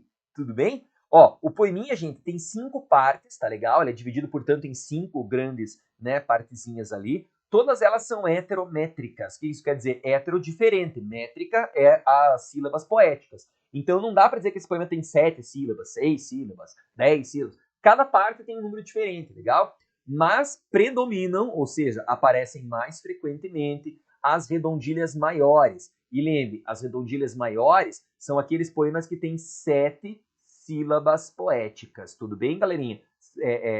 Redondilhas maiores, poeminhas que têm 7 sílabas poéticas. Legal? Então tá aí, ó. Esse é o poeminha Gigante de Pedra, tá bom? Lembra que esse Gigante de Pedra é como se fosse um grande herói brasileiro ali, que está dormindo e vai salvar o Brasil de alguma, né, possível perigo e tal. É mostrar que a natureza, ela nos protege, certo? A natureza nos dá sustento, entendeu? É isso que ele quer mostrar. Tranquilo? Beleza? Alguma dúvida aí? Sossegadão? De boaça? Então fechou. Vamos para frente? Vamos falar agora do segundo poema. Esse aí já caiu, inclusive, na Federal do Paraná numa questão lá em 2017, se eu não me engano. Legal, foi 2018, talvez. E esse poema é um poema grandão também. Claro que eu peguei aqui algumas estrofes, as 3 últimas estrofes, né? E ela diz assim, ó. É uma mulher que está escrevendo, uma índia, certo? Que está falando. Ela fala assim, ó. Meus olhos, outros olhos nunca viram. Não sentiram meus lábios, outros lábios, nem outras mãos, Jatir, que não as tuas. A arazóia na cinta me apertaram. Ou seja, né, nunca ela foi tocada por outra pessoa que não o tal do Jatir. O Jatir que é o Ricardão dela ali. E ela vai falando isso, né? Que o Jatir não a escuta. Ela tá chamando por ele, né? Mas ele não acode, ele não escuta, certo? A voz dela, né, chama ele em vão. E ela chama pelo Deus dela, Tupã, né? Tupã, oh meu Deus, já tá surgindo o sol, já tá amanhecendo, né? E eu fiz uma cama aqui, é um leito, a palavra leito é uma cama, né, galera? Leito é o quarto, né? O lugar onde você dorme. É um leito de folhas verdes para que eles, né, passassem a noite ali. Entendeu? Só que o Jatir não veio. Entendeu? Provavelmente ele morreu. Quem sabe ele foi assassinado. Quem sabe numa batalha ele caiu prostrado. Ninguém sabe. Talvez ele apenas tenha abandonado a pobre coitada da Índia. Mas a ideia desse poema é o sofrimento amoroso, né? A mulher sofrendo de saudades, de amor aí do seu grande amado Jatir. Tá legal? Nesse poema, galera, o que a gente tem, e isso é super importante, é uma referência às cantigas medievais, lembra? As características medievais, lá do trovadorismo. Lembre, quando a gente fala de medievalidade, a gente está falando do trovadorismo, tá legal? O trovadorismo, galera, é uma cantiga medieval, tá legal? Certo? E lá nessas cantigas medievais, nós tínhamos a cantiga de amigo. Lembra, o trovadorismo é um período literário que pertence lá ao século, sei lá, 1100, 1200, 1300. E nas cantigas de amigo, a palavra amigo tinha uma conotação de amante. Então as cantigas de amigo, elas eram cantadas, elas eram, né, escritas por homens, mas eram homens que se passavam por mulheres, entendeu? Como se eles fossem tipo Gonçalves Dias. O Gonçalves Dias escreveu esse poema como se ele fosse uma mulher, o eu lírico feminino. Legal? Então isso é bem importante. Ó. Isso aqui é uma referência, né, meus queridos e queridas, a esse período literário do tal, né, né, enfim, contexto do trovadorismo. Ok? Dúvidas aqui? Show de bola? De boa? Tranquilo aí? Então, beleza. Ó, nesse poema, como você percebeu, a Índia constrói um leito de folhas verdes para, né, ter uma noite lá com seu amor chamado Jatir. O Piazão não aparece. A temática do amor impossível, a temática da idealização, a temática do sofrimento amoroso, enfim, a temática da tristeza, da melancolia, tudo isso vai aparecer dentro desse texto. Por isso mesmo, dá para dizer que esse poema é uma grande síntese das principais características do romantismo. Quais são elas? O sentimentalismo, a idealização amorosa, a idealização da mulher, né? A mulher aqui é uma mulher casta, né? Que nunca teve outro amante, só teve ele, não sei o quê, tá ligado? Aquela imagem da donzela indefesa, né? A natureza, que é expressiva, entende? Porque ela faz uma cama de folhas, né? Não tem uma cobra no meio das folhas, né? Vai a gente lá, né, no Pico Paraná, lá fazer uma cama de folhas, lá. Vai ter uma barata no meio das folhas, vai ter uma cobra, entendeu? Vai, né, não vai ter folha o suficiente, sacou? Não, aqui é tudo bonito. A natureza é linda, maravilhosa, parece um desenho da Disney, entendeu? A gente tem também o lance do nacionalismo, porque de certa forma esse poema exalta, né, galera, a temática do nacionalismo. Beleza? Então, ó, O Leito de Folhas Verdes é um poema indianista, de fato, né, que traz a figura do índio, mas vincula ela à ideia da melancolia, da tristeza e do amor que não se concretiza, de certa forma, meio que tentando criticar o fato de que muitos índios eram escravizados, muitos índios simplesmente desapareciam. Então, quantas mulheres ficaram sem seus amantes, seus maridos, quantas mães ficaram sem seus filhos e assim por diante. Tranquilão, galera? essa é uma crítica, né, que está sendo feita aí. Bacana? Indo para frente, temos aí, ó, o famigeradíssimo, acho que o mais conhecido poema desse livro. E o nome desse poema, galera, ele está escrito na língua Nheguatu, certo? É Y Juca Pirama, né? I Juca Pirama. Legal? Não é primeiro Juca Pirama, hein, pelo amor de Deus. Então, assim, ó, o nome do poema, né, não está na língua portuguesa. Essa palavra, Y Juca Pirama, significa em Nheguatu a seguinte palavra, ó, aquele que merece morrer. Tudo bem? Aquele que merece morrer. Então, gente, nesse poema, a gente vai ter, nossa, um poema enorme, ele tem 10 partes, né? Um poema bem grandão e tal. E é um poeminha, minhas lindas, que vai abordar, basicamente, a ideia de um homem, certo? Um índio, legal? E esse índio pertence à tribo dos Timbiras, e os Timbiras, eles são inimigos dos Aimorés. E ele vai ser feito prisioneiro pelos Aimorés. Mas os Aimorés, eles são índios antropofágicos, canibais, legal? Então eles vão prender o cara e vão devorar o cara. Só que para não ser devorado, ele chora no sentido chorando mesmo, com lágrimas escorrendo dos olhos. E ele diz, não, meu pai é velho, eu tenho que cuidar dele, não sei o quê, eu não posso morrer, pelo amor de Deus, me deixe ir. E os índios falam, não, então tá, vai embora mesmo, porque a gente não quer comer um cara covarde. Porque os índios acreditavam que o ritual da antropofagia não era um ritual simples assim só, né? Ele significava que você devorava a carne de um grande guerreiro. E se ele era um homem corajoso, forte, bravo, destemido, você devorando a carne dele, você iria se tornar como ele, entendeu? Era isso que os índios acreditavam. E se o cara era covarde, então era melhor ele ir embora. Ele vai embora assim, né, todo, ele, eu sou foda e tal. Ele chega em casa, o pai dele desce a pena, ele fala, como assim, seu porcaria, seu covarde, né, você não descende de mim, porque eu sou bravo, eu sou forte, você é fraco, é covarde. Eu vou lá, então, nessa tribo e vou me oferecer para eles, para redimir o nome da minha família. Nossa, o velho fica puto. E ele leva o Piá junto, eles voltam lá na tribo dos Aimorés. E aí, claro, os Aimoré começam a tirar sarro do Piazão, né? Ah, covardão, teve que trazer o pai aí, não sei o que. E vão tirando sarro, até que uma hora não aguenta mais, né? Ele pega a machadinha dele na mão, ele dá um grito indígena lá, e vai pro ataque. Claro que ele é feito prisioneiro de novo, e no final, então, ele vai ser morto e devorado, com o pai dele assistindo tudo, e o pai dele felizão, tipo, oh, esse aí é meu piá. Que doido, né, cara? Que história maluca. Então a ideia do poema basicamente é essa. Perceba também, gente, que o poema vai mudando a sua forma de ritmo, a sua musicalidade conforme o texto. Quando você tem umas partes mais tensas, mais pesadas, ele é mais rápido, assim. Quando ele tem uma parte mais grandiosa, né, ele tem uma parte mais também elaborada. Por exemplo, essa aqui é a primeira parte, ó, perceba o ritmo, parece que tem um tamborzão batendo na saída, tum, tum, né, ó. Ele fala assim, ó, no meio das tabas de amenos verdores, cercadas de troncos cobertos de flores, alteiam seus tetos de altiva nação. São muitos seus filhos, nos ânimos fortes, temíveis na guerra, que em densas coortes assombram das matas a imensa extensão. Uau, né? Que legal. Essa é a primeira estrofe do poema. Então, assim, ó, se você ler outras partes, você vai perceber que vai mudando a musicalidade. Tranquilão? Vamos dar uma olhadinha, então, nas interpretações aqui, ó. Primeiro, esse poema, galera, o Ijuca Pirama, era um poema épico-narrativo. O que é isso, épico-narrativo? É igual o poema Uruguai. É um poema que conta uma história, tem um narrador, tem personagens, tem um enredo, entendeu? É um poema épico. Só que, claro, né, é um poema épico bem pequenininho, tá legal? É comparado, é claro, com o Uruguai, né, gente? Esse poema aí, o Ijuca Pirama, ele deve ter umas 30 páginas, né? Ele é bem grandinho, certo? É um poema que tem uma metrificação, tem rimas, ó, variadas. Vai variando de acordo com o que está sendo narrado. Isso é super importante.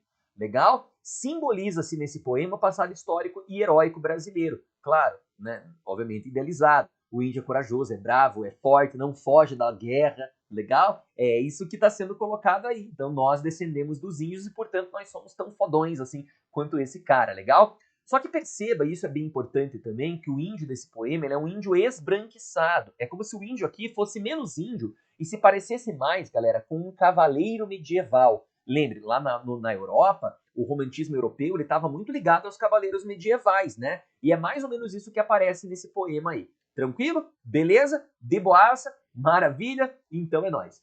Ó, no outro poeminha que eu botei aqui, o poema Marabá, eu trouxe aqui a primeira e a última estrofe só. Na primeira estrofe, a gente lê assim, ó. Eu vivo sozinha, ninguém me procura. Acaso feitura não sou de Tupã?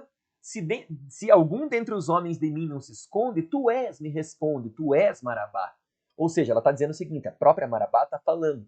certo? Os homens se escondem de mim. Eu não sou também filha de Deus? Legal? E por que os homens se escondem dela? Esse poema é muito legal, gente. A Marabá é filha de um índio com um homem branco, de uma índia com um homem branco, né? E ela puxou, então, o pai dela. Ela tem feições europeias. Ela é branca, tem olhos claros, cabelos loiros, ou seja, é totalmente diferente das índias, legal? E nesse sentido, ó, esse poeminha, né, é um poema de caráter descritivo, é um poema dramático. Por quê? Porque a temática dele é muito contemporânea. Fala-se da intolerância, do preconceito, da exclusão social que a Marabá sofre por ser branca, legal? É um poema curto, olha, tem apenas 11 estrofes. 5 delas são sextetos e 6 delas são quartetos, legal?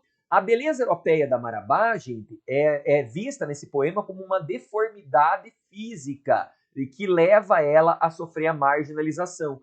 Então esse tom melancólico, triste, que mostra a Marabá sempre assim chorando pelos cantos porque ninguém quer saber dela e tal, é um tom assim que mostra um poema um pouco diferente dos outros, né? O Ijo Capirama, nossa, grandioso, né? O Gigante de Pedra, uau, assim, é épico, legal. Ou até mesmo o Leito de Folhas Verdes tem um tom melancólico, mas também exalta o Jatire, não sei o que, esse aqui não. A Marabá só se dá mal ali, a pobre coitada, entendeu? E é nesse sentido, então, que o poema exalta, tá legal, gente? Essa temática contemporânea aí, tá bom? Bom, vamos pra frente, ó, pra dar tempo de falar aqui do livro inteiro. Vamos falar desse poeminha que eu acho um dos mais lindos do Gonçalves Dias, e é um poema muito belo, de fato, e bem objetivo também. Bacana? O nome dele é Canção do Tamoio. E essa que você tá lendo abaixo aí é a primeira estrofe desse poema, tá legal? Essa primeira estrofe é bem curtinha, certo? E ele diz assim, ó: não chore, meu filho, não chore que a vida é luta renhida. Viver é lutar, a vida é combate, que os fracos abate, que os fortes, os bravos, só pode exaltar. Nossa, esse poema é muito massa, na verdade, uma vez que ele exalta exatamente essa ideia que nós temos de ter aí em relação à nossa própria existência. A vida é combate. Os fracos, ela abate. Os fortes, os bravos, ela vai exaltar. Então, lute com coragem, não é verdade? Vá atrás dos objetivos e tal. É muito massa, é muito legal e é muito bem escrito também, não é mesmo? Esse primeiro estrofezinho do poema Canção do Tamoio. Bom, esse poema, gente, ele é formado por 9 octetos, ou seja, 9 estrofes, todas que têm 8 versos, né? O poema é feito em redondilhas menores. O que é redondilha menor? Redondilha menor é quando tem 5 sílabas poéticas em cada verso, tá legal? Redondilhas menores, portanto, 5 sílabas. As rimas, ó, são alternadas, são interpoladas, ou seja, né, um padrão de rima elaborado. E esse poema lembra um hino. Como assim um hino? É um poema que ressalta, né, o caráter hereditário, exaltador, inspirador. É como se fosse meio moralista, assim, sabe? Falando, olha, tenha coragem, lute pelos teus sonhos, não desista deles, entendeu? É meio tipo isso que o poema está transmitindo, né? E o poema fala sobre essa luta eterna que se deve travar a fim de evitar a traição, certo? O medo, a fim de exaltar a coragem, exaltar as virtudes, exaltar os guerreiros, entendeu? Então o guerreiro do poema não é apenas o índio. O caráter guerreiro do poema, na realidade, está associado ao próprio brasileiro. Tudo bem, gente? É isso que se quer falar, tá legal? Nesse poema aí. Bom? Legalzinho? De boa? Tranquilão? Então, beleza. Vamos pra frente aí, falando agora do poema A Mangueira. Legal, gente boa? Poeminha A Mangueira é o penúltimo poema lá, e é um poema da primeira parte, e é um poema bem simples. Nesse poema, basicamente, o eu lírico ele está descrevendo uma mangueira. Legal? Uma mangueira. E ele começa assim, ó: já viste coisa mais bela do que uma bela mangueira, e a doce fruta amarela sorrindo entre as folhas dela, e a leve copa altaneira? Já viste coisa mais bela do que uma bela mangueira? Certo? É a introdução do poema. O poema é formado por 7 décimas, legal? Ou seja, 7 estrofes, todas elas de 10 versos, legalzinho? As redondilhas são maiores, 7 sílabas poéticas, portanto, todas com rimas alternadas. Ou seja, aquela rima que é A, B, A, B, A, B, né? Vai alternando. Ele vai descrever de maneira ufanista, de maneira nativista, de maneira exaltadora a imagem de uma mangueira no Brasil, certo? E isso é uma metáfora para a nossa própria nação, né? O Brasil é essa mangueira, legal? É uma árvore que tem um tronco enorme, tem frutas saborosas, ela alimenta quem quer que seja. Todas as pessoas que passam por ela conseguem encontrar sombra, descanso, alimento e assim por diante. Ou seja, somente coisas boas ela produz, legal? Somente elementos benéficos saem dela, legal? E é essa metáfora que ele quer transmitir com esse poema. É o poema mais simples, né, que tem para interpretar. Bacana? Ele não é um poema curto, galera, mas é basicamente isso que ele vai fazendo, tá legal? Ele vai descrevendo esses elementos benéficos que a Mangueira traz, metaforizando eles como se fosse o próprio Brasil. Tudo bem? O último poema da primeira parte, galera, chama-se A Mãe d'Água. E ele é bem grande, ele é quase tão grande quanto o Ijucapirama lá, tá bom? Na primeira estrofe, a gente lê assim, ó. Minha mãe, olha aqui dentro, olha a bela criatura que dentro da água se vê. São de ouro os longos cabelos, gentil a doce figura, airosa, leve a estatura. Olha, vê no fundo da água que bela moça não é. E a ideia é que ele é um menino índio que tá olhando pra Yara, legal? A Yara, que é aquela mulher que supostamente, né, meio mulher, meio peixe ali e tal, que puxa, muito bonita, né? Que seduz os homens, os traz até o meio do rio e os devora, literalmente, dentro da água, né? E na última estrofe, a mãe do Piazinho ali, fica falando para ele, cuidado, Pia, aquela lá é a Yara, não vá com ela vai, né, te devorar, não sei o quê. Ela dá vários alertas, mas o menino, né, acaba não escutando, se joga na água. E aí na última estrofe a gente lê: atira-se às águas num grito medonho, a mãe lastimável, meu filho, bradou. Respondem-lhe os ecos, porém voz humanas aos gritos da triste não torna. Aqui estou, certo? Aqui estou, quem fala é a Yara, né? Tá vendo? Então no final, infelizmente, o menininho morre, né? Nesse poema, gente, nós temos uma balada. O que é balada? Então, balada é um poema que conta uma história, certo? Meio que como se fosse uma onda do mar, assim, sabe? Indas e vindas, né? E esse poema tem 7 partes, tá legal? Certo? E cada uma delas tem número de versos diferentes, estrofes diferentes, métricas diferentes. Existem 4 vozes nesse poema, tá legal? A do narrador, do eu lírico, que tá contando a historinha. A do Piazinho ali que eu te falei, né? Que é o Piazinho que vê a Yara e tal, né? Que é o sujeito e é vítima da ação da Yara. A mãe do menininho, a Índia. E, claro, obviamente, a própria Yara também, né? Na ideia, galera, do poema, então, é que ele é um poema formalmente variado. Ou seja, ele tem várias formas, tá certo? Ele vai mudando muito a sua forma. Do ponto de vista do conteúdo, basicamente o que nós temos aqui é a ideia de uma argumentatividade falha, né? Ou seja, a mãe do menino não consegue alertar o filho. Ela não consegue falar assim, piada ou Jane, sai da água, né? Cuidado, a Yara vai te devorar e tal. Ela alerta o filho, ela tenta mostrar isso pro filho, ela tenta por A mais B, né? Revelar isso pro Piá, mas ele não consegue, entendeu? Resistir aos encantos da Yara, legal? Tentação, né? Que ela exerce sobre ele. Então, esse lance da tentação é a temática central da história, associada a como o discurso da mãe é menor e menos importante do que o discurso da Yara. Metaforicamente, talvez, dá para entender a ideia de que o discurso da Yara aqui era o discurso do colonizador português, né? Que seduziu muitos índios, mas, é claro, os matou, os escravizou, certo? E, claro, os alertas que a mãe, né, que os mais velhos, que todo mundo deu, não serviram de coisa alguma. Bacana? Dá para fazer essa interpretação metafórica, né? Então o menino, ó, ele julga ser uma ilusão, né? Isso que a mãe dele está falando. Legal? E ele, claro, se deixa seduzir. E é esse processo de sedução que é criticado pelo Gonçalves Dias. Bacana? Porque é uma metáfora, como eu te disse antes, para esse processo de sedução do discurso colonizador dos portugueses. Que, claro, você sabe muito bem, foi bastante seduzente a ponto de levar muitos dos índios, inclusive, aí, para a miséria absoluta, para a morte, de fato, e para outras tantas, né, enfim, situações. Bacana? Bom, gente, com esse poema Mãe d'Água, nós terminamos a primeira parte do livro e vamos começar agora a trocar uma ideia sobre a segunda parte, legal? Na segunda parte, como eu te disse, nós teremos temas românticos e a segunda parte, se chama de poesias diversas, ok? Beleza? Galerinha, alguma dúvida aí? Show de bola? Tranquilo então. Bom, na segunda parte temos a ideia dos poemas diversos. Qual que é a ideia desses poemas diversos?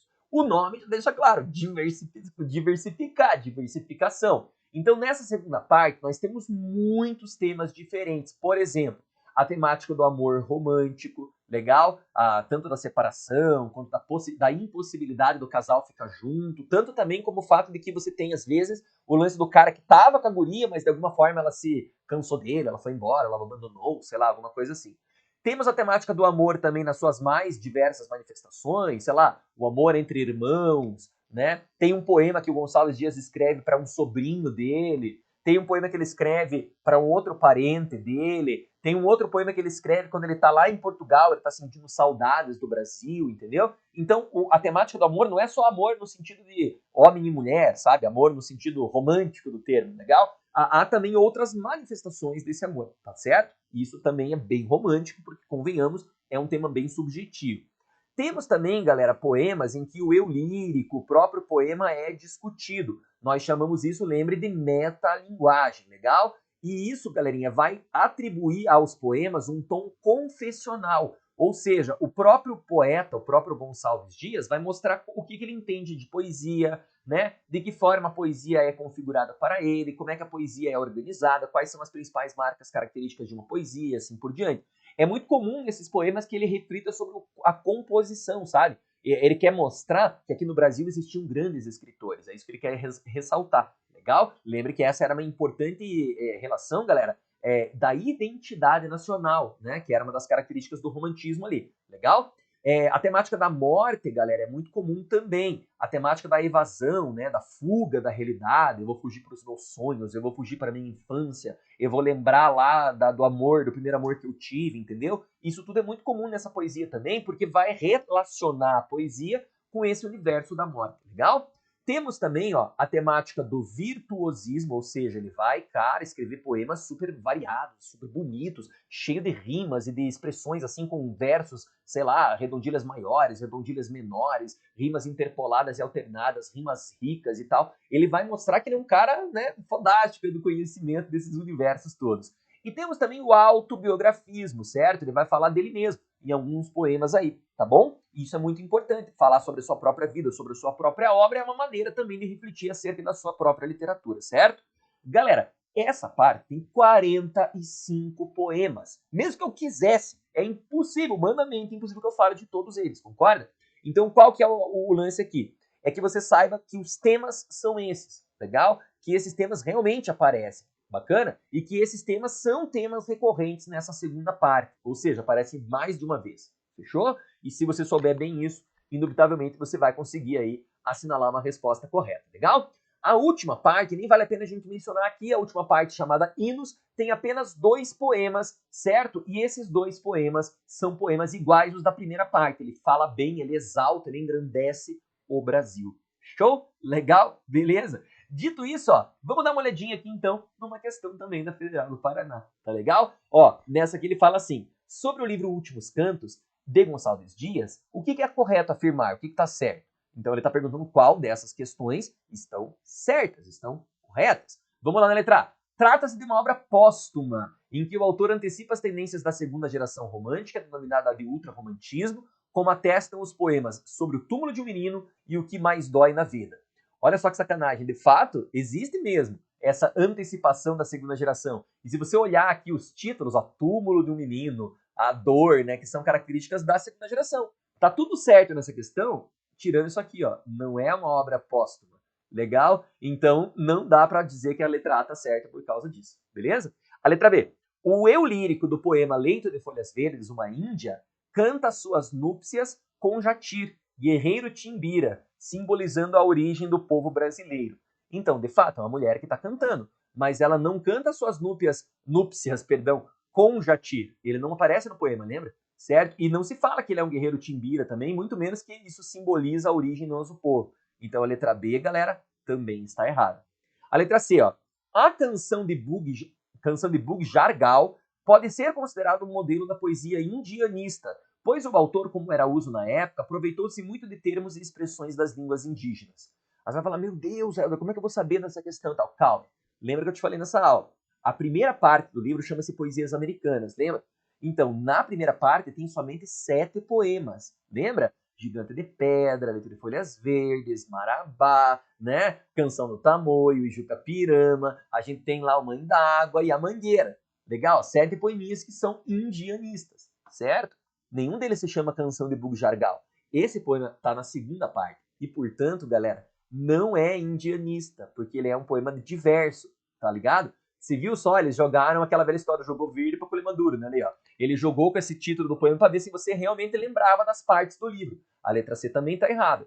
A letra D, ó. A musicalidade do poema Ijuca Pirama está fortemente relacionada à construção dos eventos marcados pelo eu lírico, que na última parte afirma ter tido conhecimento da história por meio de um velho índio.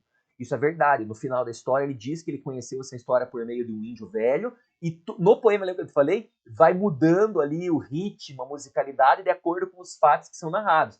A letra D, portanto, está certa. A última ele fala ó, que ele rompe com a tradição clássica. Galera, ele não rompe com a tradição clássica, né? Então, obviamente, está errada a letra E. Tranquilo? Então tá aí, ó, a questãozinha do Gonçalves Dias. E também, né, enfim, no término dessa questão, terminamos a nossa aula de hoje. Legal? Maravilha? Espero que você tenha curtido, gostado, entendido e apreciado aí tudo isso. E se você tiver alguma dúvida, fique totalmente à vontade aí para me perguntar, ok?